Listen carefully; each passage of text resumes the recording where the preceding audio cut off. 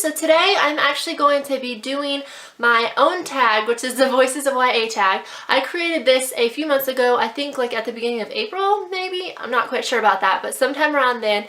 And basically the reason that I created this tag was because there was a lot of tags that were for writers, but there were not that many tags that were for young adult writers. So I really wanted a tag that was specific to young adult writers, and just to have a tag as a way that other young adult writers could meet each other and just to connect, whether that be on YouTube or on their blogs. So originally I had the post on my blog, Quills and Coffee, which you can still find at CaitlinLambert.com. And if you want to meet some other young adult writers, I actually have on the sidebar on the right, I have a link that you can go to that lists all of the posts and videos that I have found thus far for the tag.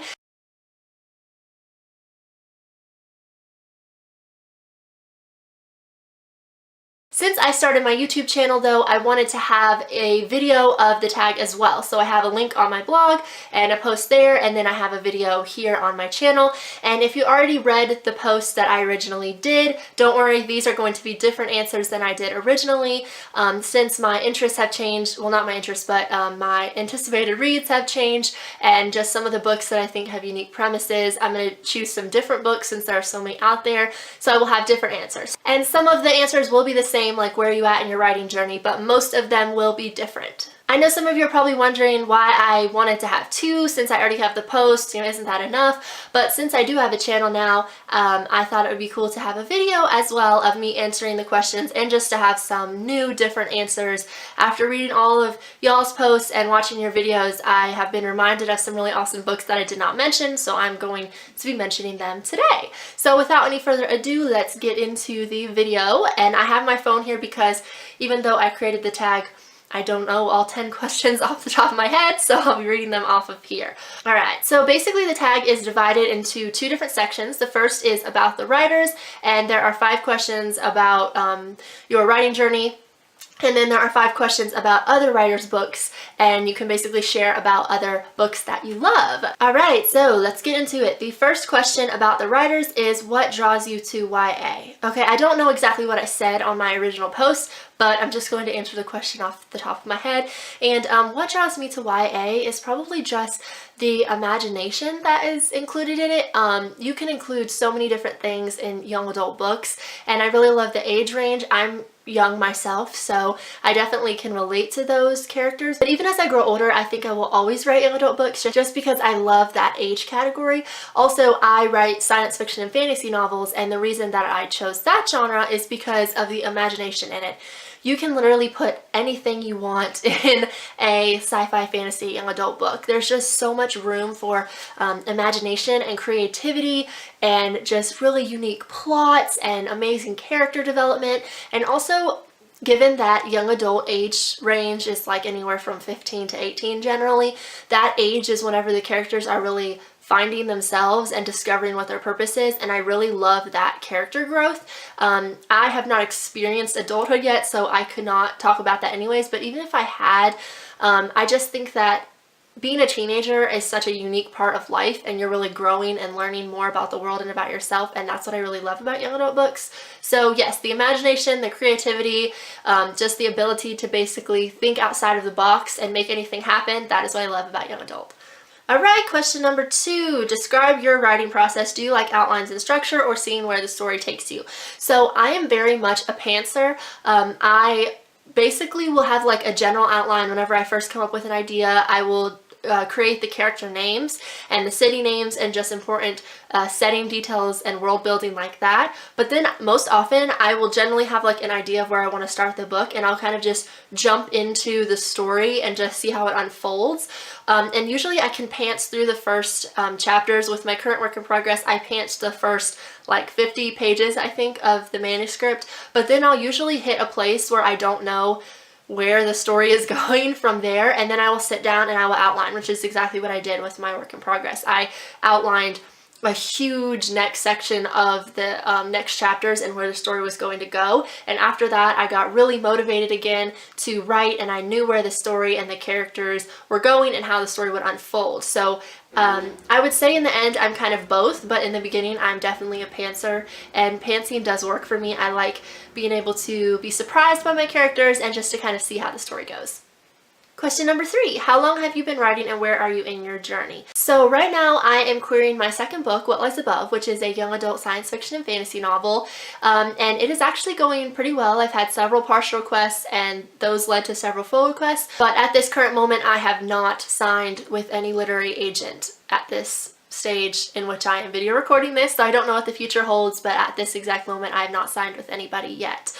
I am currently gearing up to go through my 3rd round of querying, and basically a little like short story of kind of how I got to this point. I finished writing What Lies Above last year in June, I believe, and I spent a little time editing, not nearly enough time as I should have spent, but I kind of jumped in there and started querying really fast and earlier than I probably should have, and I sent out my first batch of about 10 queries to 10 agents and saw the feedback that they gave, got a revise and resubmit request from one literary agent, spent about 4 months revising the whole manuscript, and then I went on my 2nd round of querying in January, and that led to several partials and several fulls, and now I'm about to go into my 3rd round of querying, and I have my list of agents that I want to submit to. I'm creating that, and soon I will be going out on my 3rd submission. In terms of writing, I am currently working on a young adult high fantasy book, which is my 3rd book that I will have written and my current work in progress, and I'm really excited about it. I love the characters, I love the story, and I'm looking forward to seeing how the whole story and how the whole trilogy pans out, and I'm really excited to finish. Hopefully I will finish it either this month or in July. It was my quarterly goal that I made for this quarter of the year to finish it by the end of June, so hopefully that happens. We will see. I'm about 50,000, a little over 50,000 words into the manuscript, so more than halfway, and I'm really looking forward to finishing, so we'll see how it goes. Alrighty, what do you need to write? Coffee, music. So even though my website is called Quills and Coffee and I like coffee, I actually do not drink it that much, and usually not whenever I'm writing. I don't really drink or eat that much whenever I am drafting or editing or doing whatever writing that I am working on. In terms of music though, I do like to listen to music, and I'll often have like instrumental music in the background. I really don't get distracted that easily. I can write through lots of distraction, like if the TV is on or people are talking or whatever, I can kind of focus usually, but I do like to have background music on, and there's a playlist that I really love. It's called the 2 Hour Epic Music playlist or something like that on YouTube, and it's like 2 hours of just kind of like really cool fantasy-esque background instrumental music. It sounds really cinematic and I really love it. I usually put that on in the background on my laptop, and then I will write, and that just really helps me kind of get in the mood of like a sci-fi fantasy tone, which is usually the kind of book that I'm writing. If you could offer one piece of advice to another writer other than don't give up, what would it be? The reason that I put in here other than don't give up is because that is really the best advice, and because it is the best advice, lots of people say it, and so whenever someone is asked, could you give new writers or any writer a piece of advice, that's what everyone says, is don't give up, keep writing. So I really wanted to see what people would say other than that, and the responses have been really awesome. You guys have thought of some really amazing pieces of advice for other writers, so definitely go and check out on my blog that link to all the posts and read through some of those pieces of advice because they are amazing. In terms of what I want to say, my piece of advice would probably be just don't compare yourself to other writers in a critical way. You definitely can compare your book and your writing to other writers in order to strengthen it, and you can learn from other writers and other authors that you admire and look up to. But whenever you begin to look at your book in a critical light compared to them, and you start to say, oh, my writing is so awful, you know, it's not as good as them, that is really discouraging for you, and it can often put you in like a writing slump of, you know, creating this writer's block and, you know, forcing you to stop and making you have long periods where you're really unmotivated. And so in order to stay motivated and to stay really positive about your writing, you just have to realize that everybody has that person that they think is better than them. Even best-selling authors have another author that they look at and think is better. So everyone has that struggle, but we're all different and opinions are subjective. So, you know, what one person might not, what one person might like, another person might not like. What I like, you might not like. So, you know, everyone is different. And so we can't look at other writers and say, hey, their work is better, because there is going to always be that person, but that does not mean your writing is bad. It just means your writing is different and somebody else will love your writing. So, you know, just be positive, guys, and believe in yourself and work, write, learn, you know, look at other authors and learn from them and grow and strengthen your writing. And, you know, even you pattern some of your writing after that in the beginning as a good way to learn how to structure your book, but don't compare yourself so critically that you start to doubt yourself. All right, now we're gonna do 5 questions about the books.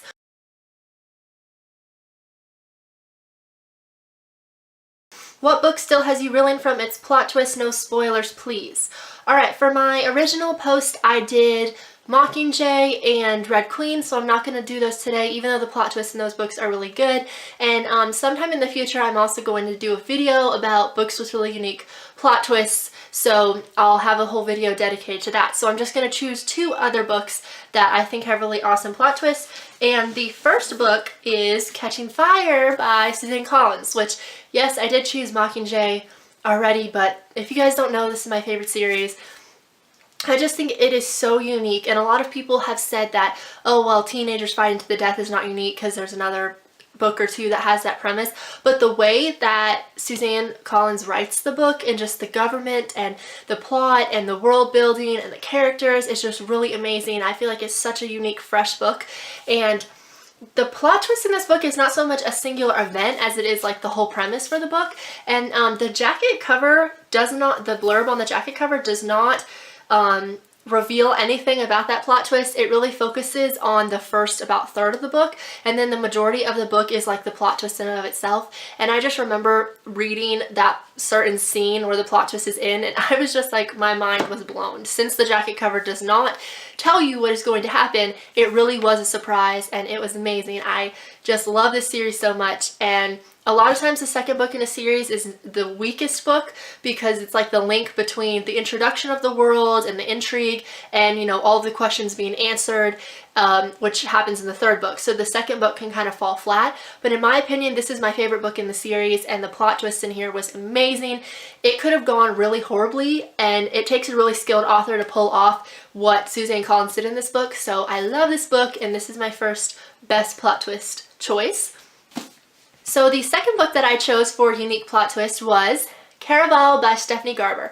Me and Amy at A Magical World of Words actually buddy read this together, and I read it in a week, which for me is really fast. And I was kind of disappointed with it. It wasn't as good as I had anticipated, and it was one of my anticipated reads. But reading through the book, the first, I would say, like 3/4 of the book was kind of disappointing, just in the characterization and in the writing style, and I know a lot of people loved it. And I have said myself on social media that I really, really love this book, and that is true because of the last 1/4 of the novel where the plot twist is. There definitely is still that part in the beginning, which I don't really like, so the plot twist could not redeem it 100% for me, and so I would not say this is a favorite book of mine, but the plot twist at the end was just so good, and it flips the whole story on its head, and I was reeling from the plot twist for like a good week after I read this. So definitely a really good, unique, fresh plot twist, and I was just, my mind was blown. And at the end of the book, then it ends on like a cliffhanger, and I thought this was a standalone book. So I'm definitely anticipating Caraval book 2, which will be coming out, I think, sometime next year. Next question, what books are you most anticipating for this year? One book that I've been really, really anticipating is The Evaporation of Sophie Snow by Mary Weber, and that book actually just came out, and I cannot wait to get it and to read it, because there is something in the book that is similar to a little plot part of my book, What Lies Above, and I'm really interested to see how she does it, and I'm just really excited. It sounds really awesome, so I cannot wait for that one. In terms of other anticipated reads, it's kind of hard because I am so behind the times on reading, and I actually just put something on social media recently about how I need to read more because a lot of the books that I have on my shelf are from like middle school or early high school, and I really don't have that many young adult books on my shelf, so I need to read. There's so many books out there that I cannot wait to read, but definitely Evaporation of Sophie Snow would probably be my top anticipated read for this year. And then apparently there's going to be some more books in the Red Queen series, which I don't think release until next year. I'm anticipating those. I'm reading King's Cage right now, and I really love the series, and I love this book. I thought King's Cage was the last book in the series, but it's actually not, so I'm gonna be assuming there will be a cliffhanger in this book, and I cannot wait for the next books in that series as well. In your opinion, which YA book series has the most unique premise?